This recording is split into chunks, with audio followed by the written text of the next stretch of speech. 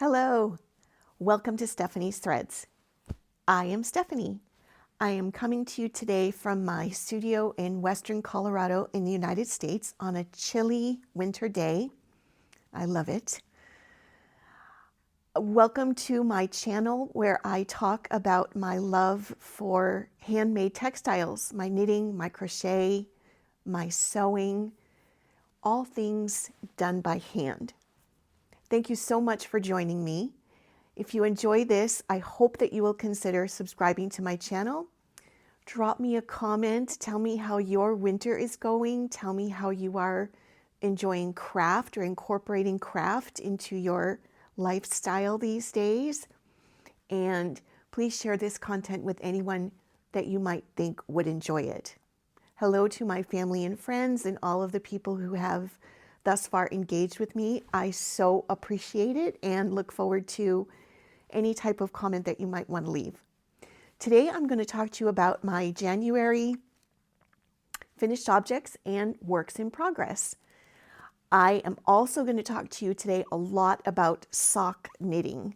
I shared back in my first episode and a few others that socks have been a big part of my knitting journey, and I want to speak to you about how I feel you can best set yourself up for success when it comes to knitting socks. They're one of my favorite things to knit. They're one of my favorite things to wear. So I have lots to say about knitting socks. I want to get started with my finished object, which if you've been following along, you know I had a little bit of an issue with my OLE Mittens. I made two pairs. This is actually the first pair that I knit.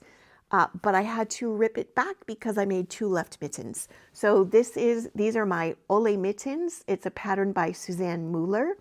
I knit them on size 3 or 3.25 millimeter needles with the yarn from Knit Picks called Andean Treasure. The color is called Coriander Heather. I'm super happy with the way that they came out. The increases are now correct. They're very warm, very squishy, and really a perfect winter accessory. So that was a truly wonderful experience of knitting, except for my own mistake. I would highly recommend this pattern, and it's a fantastic gift knit if the person that you are knitting for will wear mittens. And I talked about that in a different episode.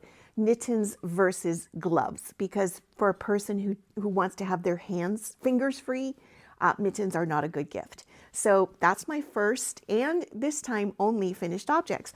I have so many things going on in the background with crafting projects, but you know, in the beginning stages. So I will be sharing those with you as time moves along. The works in progress that I want to share with you begin with my Birch Pullover. I thought I would go ahead and put it up on my form today. I've talked about this a couple of different times. This is the Birch Pullover. It's a pattern by Andrea Mowry. It's a fingering weight sweater knit in Brooklyn Tweed Prairie, P-E-E-R-I-E, and the color Peony. It's a half fisherman's rib knit on a US size 3.25 for the body. I will be going up a needle size for my sleeves. I'm loving it so much, but it's a very slow knit and one that I'm enjoying very much, interspersed with other things, because it doesn't go quickly, and I just like to work on it here and there. So that's something I'm enjoying. I do always get questions about what I'm wearing. So this is my finished Botanical Yoke pullover. This is a pattern by Pearl Soho. It's a DK weight sweater. The pattern is $9.80 US. It was knit on a US size 5, 3.75 millimeter needle. I knit this in Cloudborne Fibers Highland DK. And the reason I thought it would be fun to talk about is because I did not have enough yarn. I pulled this yarn from Stash, and I knew that I was going to run out. So I added this little yoke. I will come closer so you can see. which I did I just had to go into my yarn stash and see what I had that would even somewhat match. And I found my Hue Loco Phyllis sock, which is a fingering weight yarn. And remember, this is DK. So what I did is I just took and held the Hue Loco yarn double, and I knit that, and it was just to give myself the ability to finish the sweater. This sweater was knit bottom up, so I knew as I was approaching my neck, I wasn't going to have enough yarn. What I also did to make this work is I went ahead and increased the rate of my decreases for this.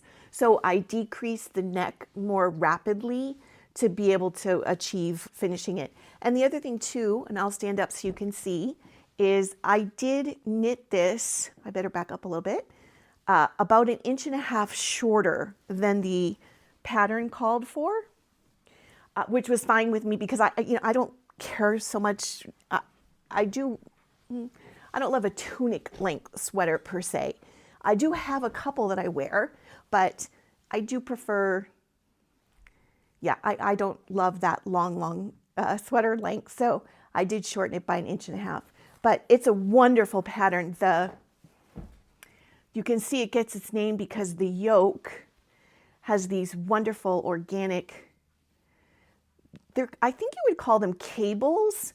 They were very easy to knit. But anyway, I love this sweater. I wear it all the time. I do find my DK weight sweaters are just easy breezy to pull on. I almost always wear an underlayer with mine. So that's my Botanical Yoke pullover sweater that I thought you might be interested in knowing about. Let's talk about socks. So the first thing to share with you is I almost always have a pair of socks on the needles. Right now I'm knitting a pair. Let me get the name for you because this is one of my frequently used sock patterns. This pattern is called A Nice Ribbed Sock. It's a pattern by Glenna C. It's a free pattern on Ravelry, so I've had it for quite some time. I knit this with Knit Picks Felici sock yarn. If you are a person who shops at Knit Picks, you know that their Felici sock yarn is super, super popular. I like it because it's self-striping. It's really fun to knit with.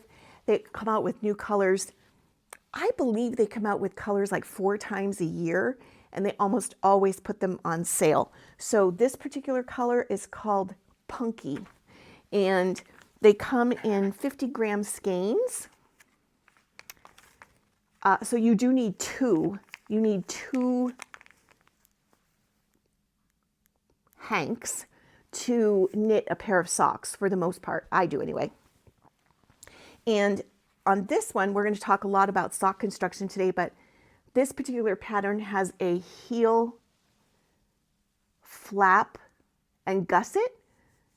So I actually knit right along with the yarn. I don't change the yarn out for the cuffs or the toes or the heels, which I do sometimes do in other sock patterns.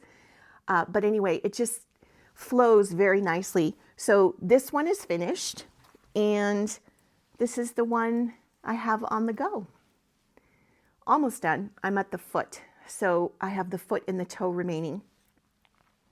So let's talk about socks. Socks are very fun to knit.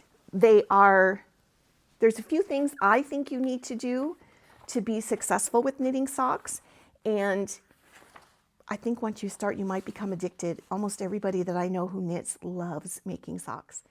My sock knitting journey began back in, I think it was probably 2014. I was very attached to watching little television programs on a little network called the DIY Network. There was a show called Knitty Gritty, hosted by Vicki Howell, and she basically just got on and made knitting so accessible.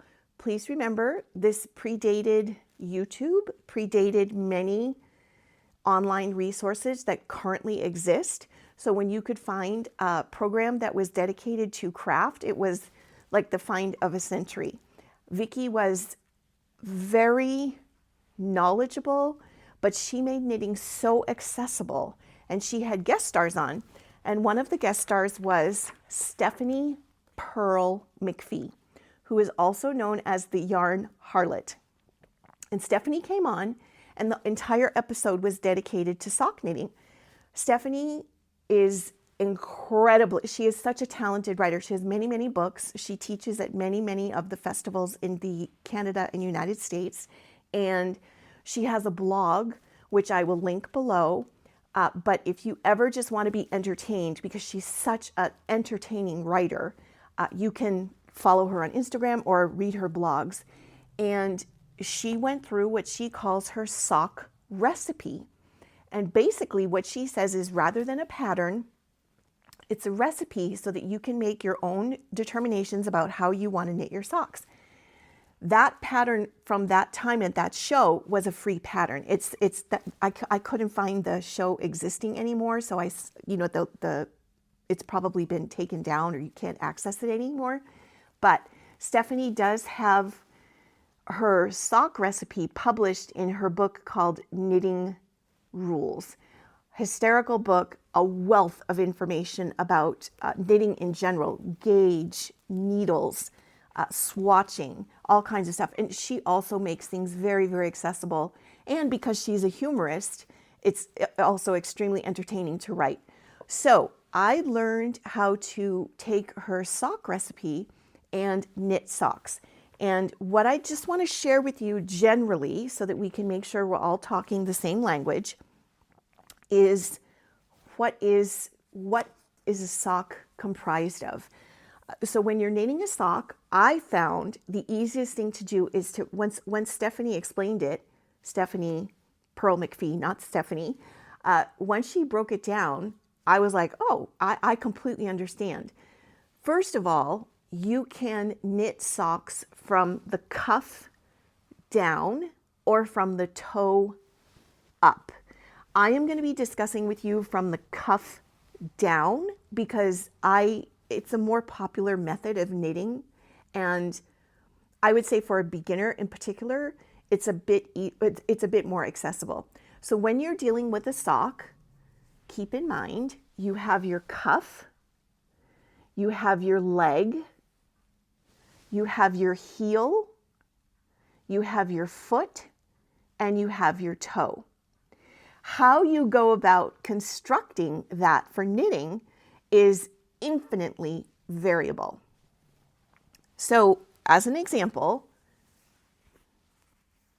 and by the way, I have these on sock blockers. Let me show you one without a sock on it.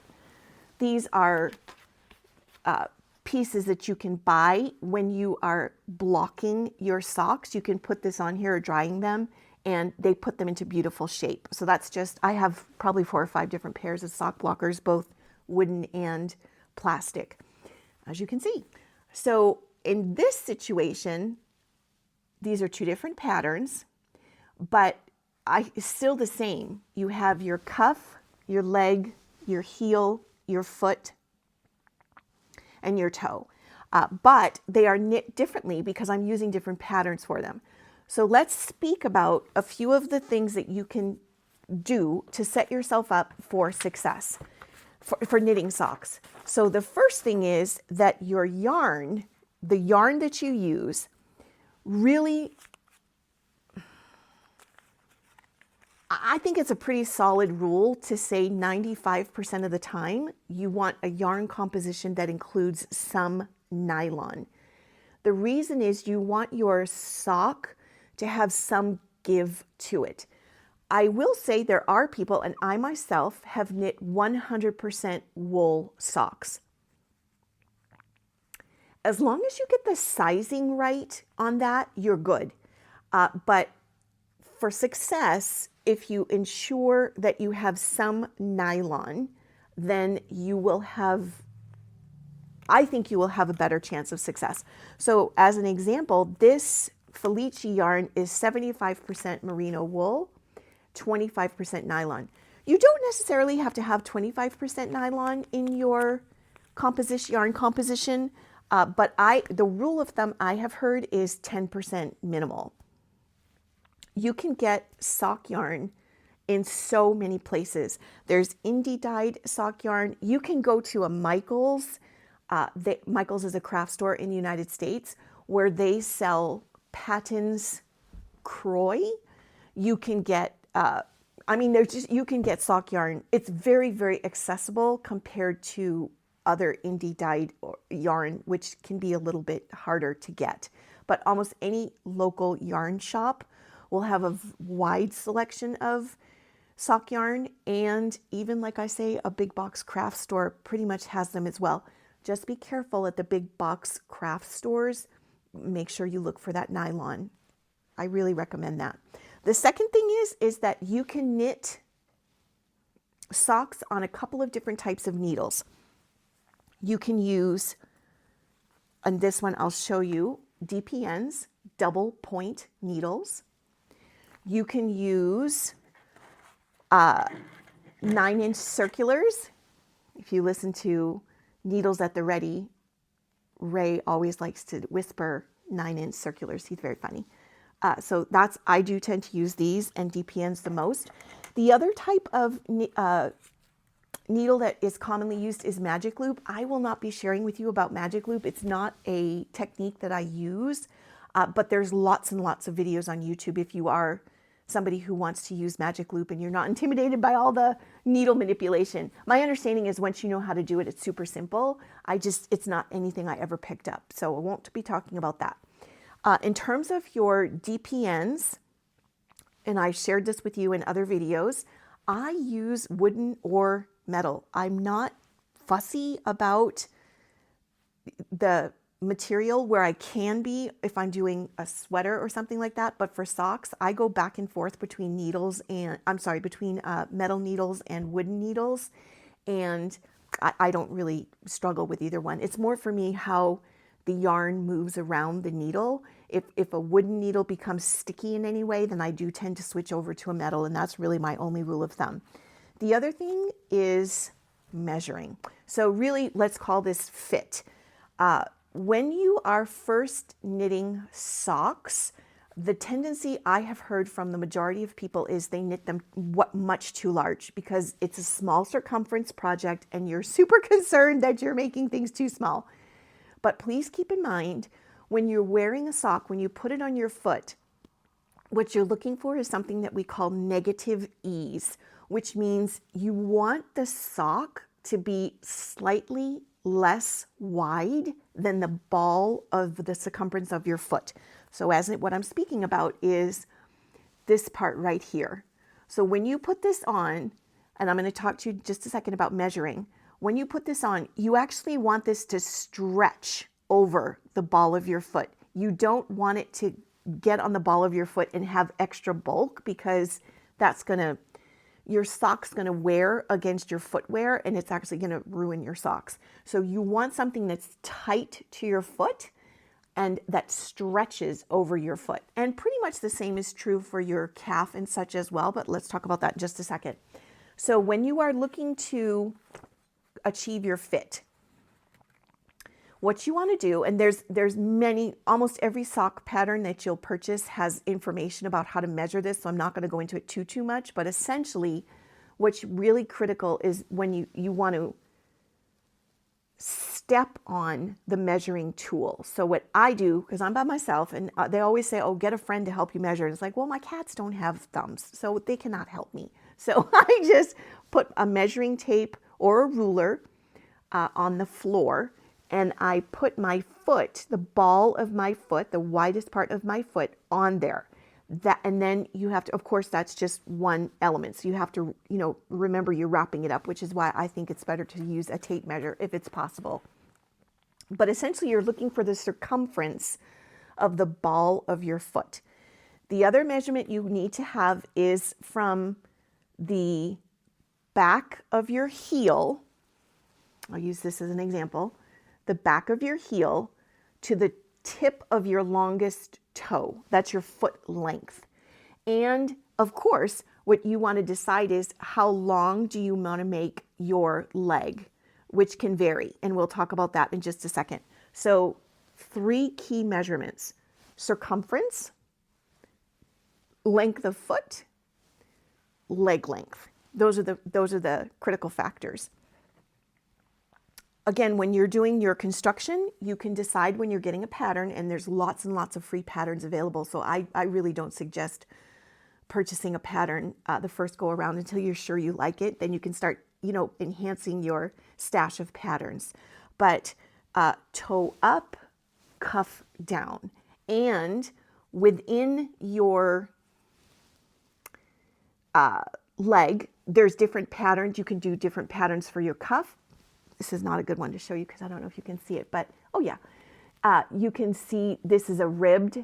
You can do double ribbed where you've got, a double cuff here. When you're in your leg, you can add cables, you can add feather and fan, you can add all kinds of things. Again, starting out, I would absolutely recommend just doing straight stockinette. Then when you come to your heel, you can do a heel flap and gusset, or you can do a cut-in heel. For a beginner, I really recommend heel flap and gusset. It's what I learned on, and I think it's also one of the best fitting techniques that you can use. Also with your foot, you can have pattern. One suggestion I would make to you when you're considering putting a pattern on your foot is what kind of footwear you use. So I wear a lot of, boots and enclosed shoes in the wintertime. I don't love to have a lot of pattern on my foot because I don't want anything bunching and scrunching. I want something to just slip into my boots super easily. And then with the toe, we're going to talk about some variations you can do with the toe as well. The other thing too to share with you, and you can see, I'm going to share with you some other examples of socks. It's really fun to play around with color when you're making socks. So you can see in this situation, I chose a color for the cuff, a color for the heel, and a color for the toe. Versus this one, this is self-striping, so the color kind of lent itself to what I was already knitting. Here's another example of a pair of socks that I made where I used the same color for the cuff, the heels, and the toes. I have knit many socks where I do one color for the cuff, a different color for the heels and the toes. You can just really play around with it. It's fun to keep your scraps. But when you don't have scraps, when you're initially knitting, then just knit them all the same. You don't have to fuss with that. And especially if you are wanting to use up all of the yarn that you've purchased, then just make it all one color. It's no problem. You can add the color part later. I will share with you as well, the one thing I do for my socks, and this is whether I'm keeping them or gifting them, I add reinforcement thread to my toes and my heels. I am hard on my socks and I am hard on my footwear. So for me, when I first started knitting socks, I did not reinforce my heels and my toes, and I would always end up getting holes in them. And it's heart-wrenching because you're like, oh dear, now I can't wear them anymore unless you can mend them, which I'm not that patient with. So I use Jawal reinforcement thread. This is something, I just have a big bag of it with different colors. I will link where I purchased mine from. But what you do is you add this when you are knitting your heels and your toes. You string this along, just like you're double stringing thread, and it will reinforce. It gives your toes and your heels extra reinforcement. So it's not just the yarn that you're using, it is adding an additional layer in there. It does not add bulk to the feeling of wearing the socks, it just adds additional thickness, but not thickness like weightiness, thickness, durability. That's the better word to say. It's durability. So I do, if you are a person who has any doubt about if you're going to wear through them, I highly recommend adding the reinforcement thread. It's very simple to do, and it really increases the lifespan of the socks that I create for myself. Otherwise, they're just a bunch of holes. Okay, so the other thing I did want to share with you is when it comes to a fantastic, so there are 3 patterns when it comes to knitting socks that I rely upon. The first one is Stephanie Pearl-McPhee's a plain, what is it called? Hang on, let me get the exact name for you. I will put it down below if I don't see it exactly in my notes. Yes, she calls it a sock recipe, a good plain sock. So that's my go-to. The second sock pattern I rely upon is Susan B. Anderson's Smooth Operator. There are, just to give you an example, Stephanie Pearl-McPhee has 19,000 plus projects on Ravelry, and Susan B. Anderson's Smooth Operator socks has, I think, 15 or 16,000. What you'll notice is the big difference, and I'll do this with my own socks so that you can see. I use Susan B. Anderson's Smooth Operator sock when I wanted to tackle putting in what's called a bullseye sock, a bullseye heel. So instead of using a heel flap and gusset, then I wanted to use the fancier bullseye. And Susan's, I always want to call them recipes, but they're patterns. So hers shows you how to do that. The other one, which I quickly became so grateful for, is Corey of I Rock Knits published a sock pattern called Up North Cabin Socks. In that pattern, and Corey does this a lot, she's an incredible knitting resource. But what she did is she included 9 variations of a sock pattern. I'm sorry, a toe pattern. So I'm not giving the pattern away. It's a paid for pattern.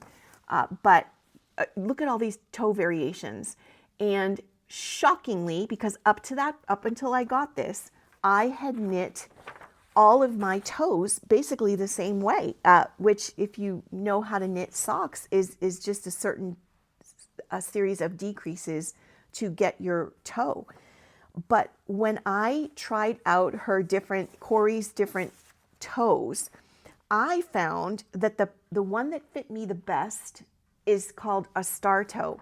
And the star toe has decreases in different places. So what happened for me is instead of getting this very rounded, let me pull this off so you can see what I'm talking about.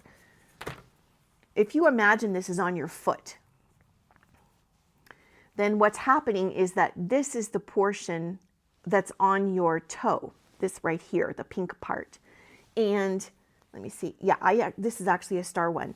So when you're knitting it and you just do the rounded toe, I found that I don't even know if I have any that are knit without yeah, here's one. So it's very rounded, and the problem for me is that it kind of gapped in different places. When I started using Corey's star toe, it cupped my toes. So it went right around it, and especially for me when I'm wearing boots and things like that, my socks did not move. So I'm not saying that you will use the star toe. What I'm saying is if you would like to buy a very, very handy pattern, you can find this one, and I'll make sure to link it below. It is a paid for pattern, but Corey did an incredible job providing all of these different options. And for me, the pattern is super cute, but for me, the toe variations were life-changing. So when I knit socks to gift, which I actually only gift socks to 3 different people in my life because I know that they're willing to take care of them. But when I do gift it for them, I do just use a traditional rounded toe. But for myself, I knit Corey's toes. Okay, so When it comes to, oh, and the other thing, I'm so sorry, the other technique you're going to have to be familiar with is, it's called grafting or Kitchener stitch. But because what happens is when you're decreasing at the toes, this is for a cuff down, when you're decreasing, you get to a certain point where you have to leave a certain number of stitches on your needles, and then you have to graft them together. Please don't be intimidated by that. It is so, so simple.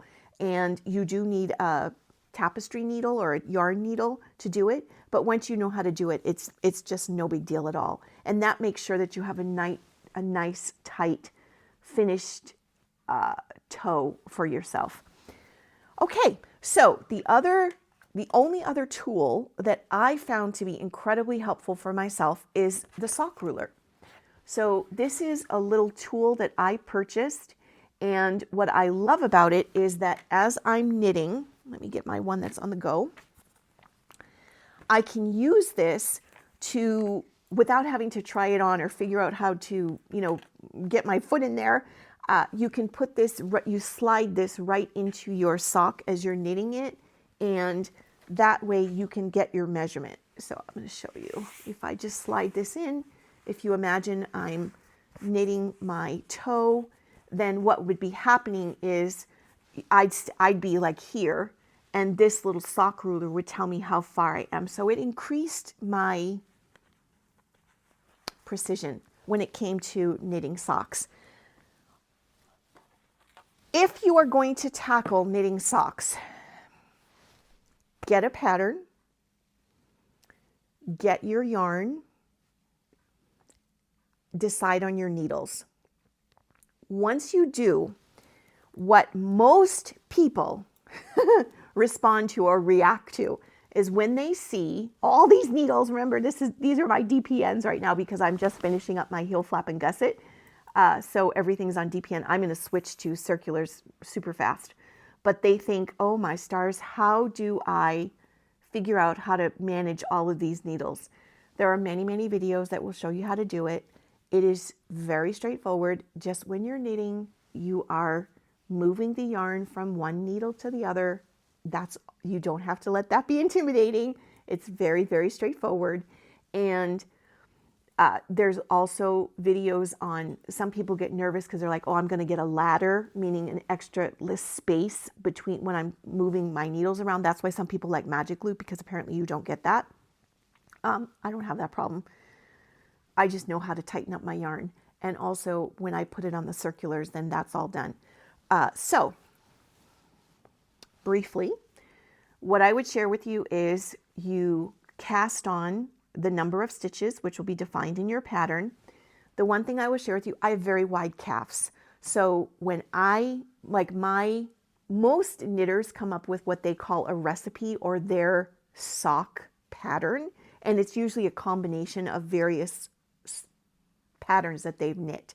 So in my situation, it's super common in a fingering weight yarn to cast on 64 or 72 stitches. I almost always cast on 72 for my cuff. And then what I do is as I come closer to my heel, I start decreasing down to 64 or 68, depending on the yarn.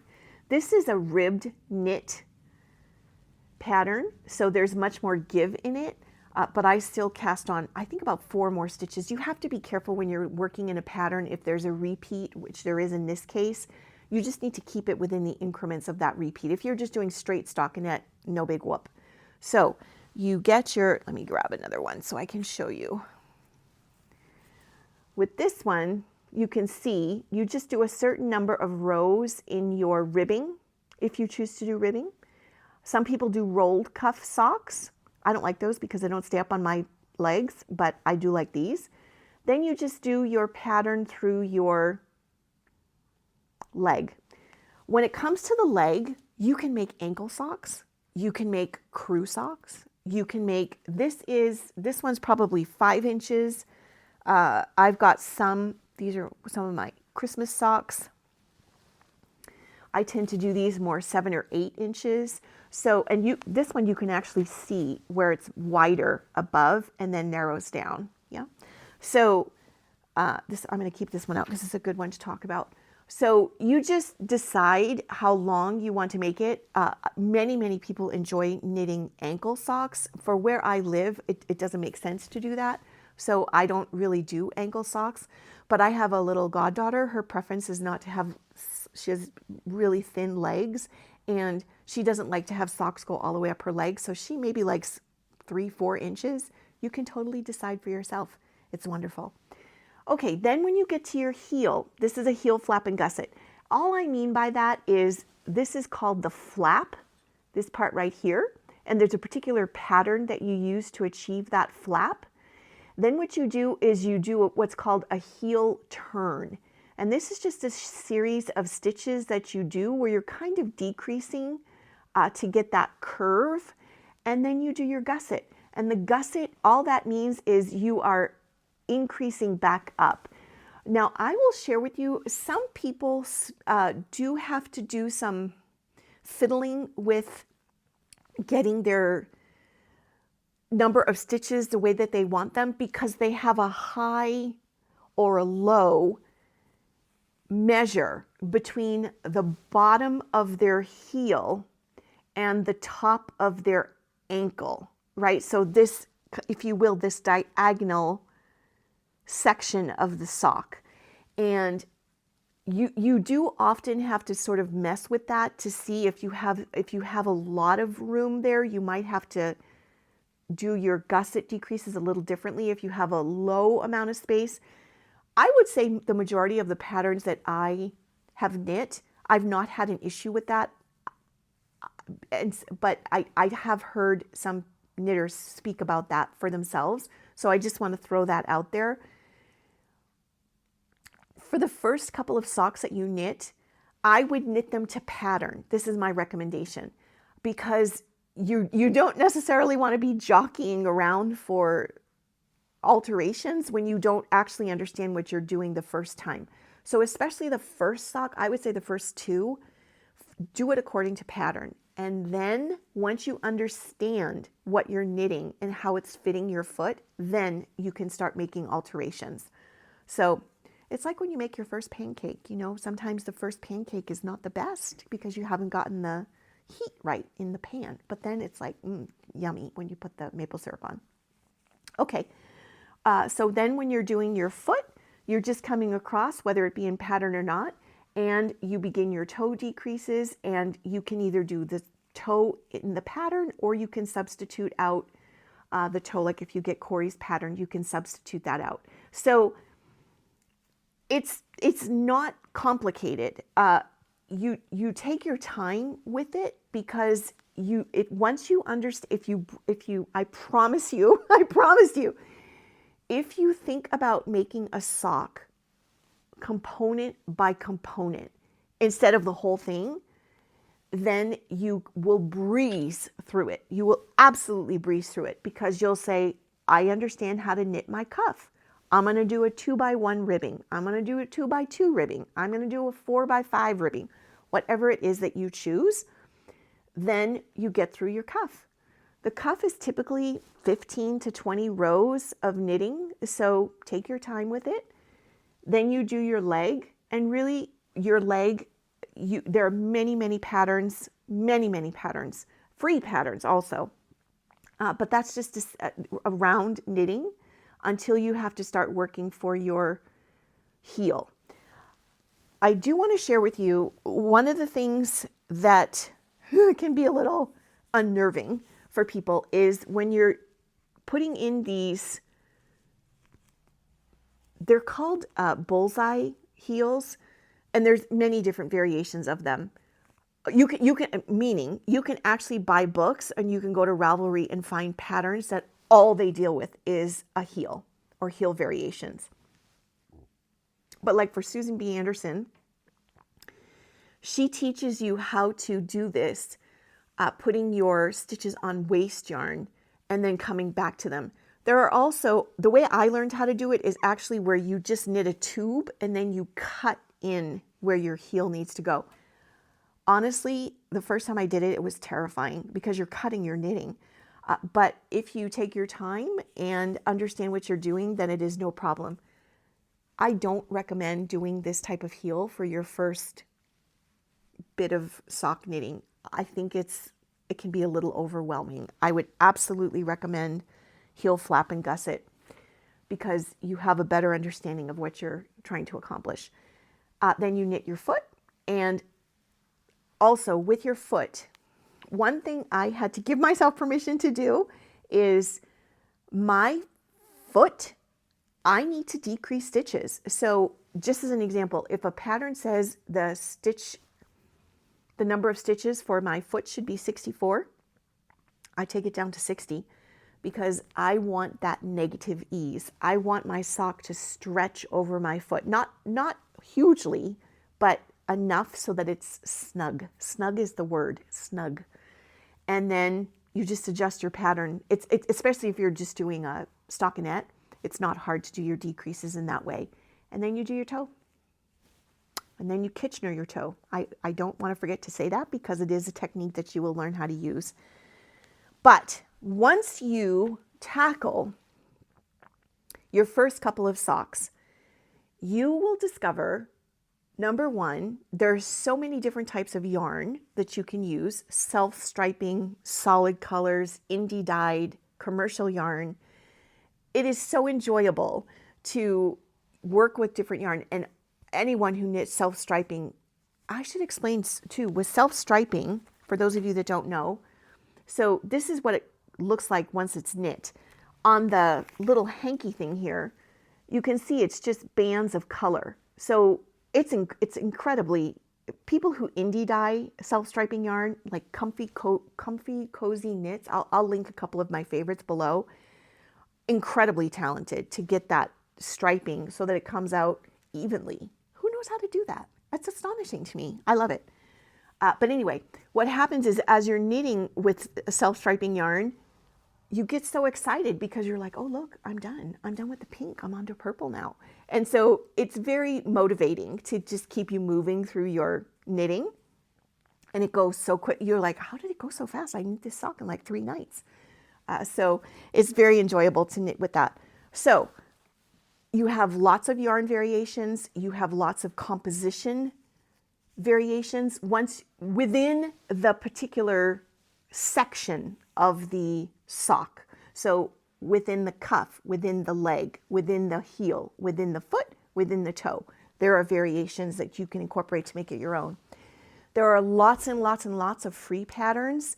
The Hermione socks, I'll link that below, one of the most popular on Ravelry, which has a little bit more pattern in it. You can do basket weave socks. The big designers like Hohe, Locatelli, Andrea Mowry, Stephen West, all publish socks which are, once you get into it, they're very creative, very artistic socks. So if you do have somebody who's willing to take care of a wool sock, including yourself, then you can knit them and they're like works of art. And I do want to say also, I worked in the corporate world for a long time, and I would take little polls, and I would say to my male cohorts or the ladies who I worked with, would you wear a patterned sock under a business suit? Like, would you consider, if you cross your legs or something and someone were to see that, would that be all right? I am telling you, and I'm not lying, to a person, the response was, if I had someone knit me a pair of socks, I would wear them. I don't care if I was meeting the president. And they just never felt like that would be a big deal. Apparently socks are like a very popular individuation garment in the business world. And so people spend money on like commercially made socks that have all kinds of patterns and things. And people are like, I'll defend them to death. So I just thought, well, I think that's very special. If you do want to make someone socks, I think you'd find they wear them all the time. In my world, I live amongst a lot of ranchers and farmers. They wear wool socks every day. And also wool socks are antimicrobial, right? Meaning they do not, if you sweat, they do not build up germs. So when you do have socks, If you get superwash yarn, you can toss them right into the laundry machine, the washing machine. I put them in little like lingerie bags, and I wash them with Woolite on a cold, gentle cycle. And I don't dry mine. You can put them in the dryer, but heat is the enemy of wool. So to me, I just hang them on a drying rack and I'm often done. I wash my socks maybe once every 3 weeks or so. I just have I have a separate laundry bag that I keep them in, and then I just put them in the, I only wash those by themselves. But if you have hunters, if you have, people who just need warm feet, then wool socks are the cat's meow. There is a big trend in the knitting world now where people are knitting DK weight socks. And so I did try them.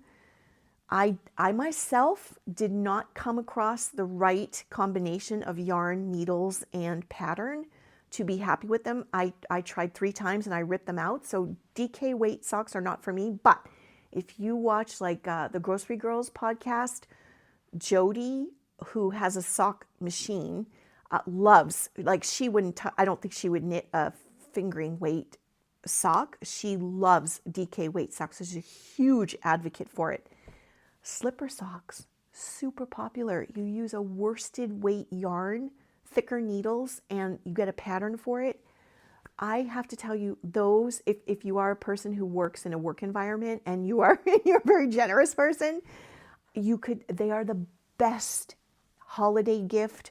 If you have 2 or 3 coworkers and you make them each a pair of house slipper socks, because they're those, you basically, a slipper sock, you are knitting from the top down, but essentially your sock starts here.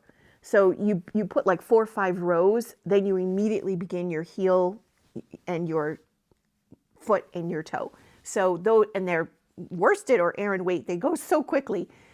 The only thing I would say about those, because I did make a couple pairs as gifts, you have to be a little bit careful, because if you have people who have hardwood floors, you don't want them slipping around. So in the case where I had one person that I knew had hardwood floors, I did go ahead and get little synthetic pads that I had to sew onto the bottom, essentially making it a non-stick. So just be aware of that. If you are gifting that to someone who's got carpet, no problem. But slip is no good, no good. So I hope that this gives you a little bit of logical information for tackling socks. Get yourself the stuff and go for it, because hand knit socks, I have an Etsy shop, and so I sell socks there, and one person paid me the highest compliment, a customer. She said, hand knit socks are like a hug from your toes up. And she also said they're like sweaters for your feet. She lives in the Pacific Northwest. She was used to cold and damp. These just eradicate that. So I will continue on my sock knitting journey. I hope that you will too. Whether you are on yours or starting yours, enjoy. And on my upcoming episodes, I'll continue to share socks with you. I think I've shared the majority of my tips, but I do like to share if I'm working with a particularly fun batch of socks, or a sock that I'm knitting. Like this one, I'm really enjoying. The color is very enlivening for the winter time. So really enjoying that. Oh, and the last thing, I'm sorry, that I'll share with you. I brought this so that I could. It's now all tumbled about, but people ask me all the time, how do you store your socks? This is a very inexpensive fabric container that has separators in it. I hope you can see that. And so you do have to make sure your socks are always dry, very dry, before you put them away. But essentially, I'll show you. I will take my sock, I fold it just a couple of times, and then I put it in my little box. This is just one. I have many, many, many socks, but very easy to store, very compact. There's lots of different ways to store socks. The key thing, because you're dealing with wool, always clean, always dry. And then you can pop them into your drawer, and very easily be able to access them. People do ask me, do you match your socks to your outfits? And I don't. I think socks are very fun on their own. So I don't, but I have enough socks that I could match them to my outfit if I wanted to. So that's it for today. Thank you so, so much for joining me. I always have so much fun filming these episodes. Hi to my family. I appreciate you watching so much. And until we meet again, I wish you smooth stitches and so much peace.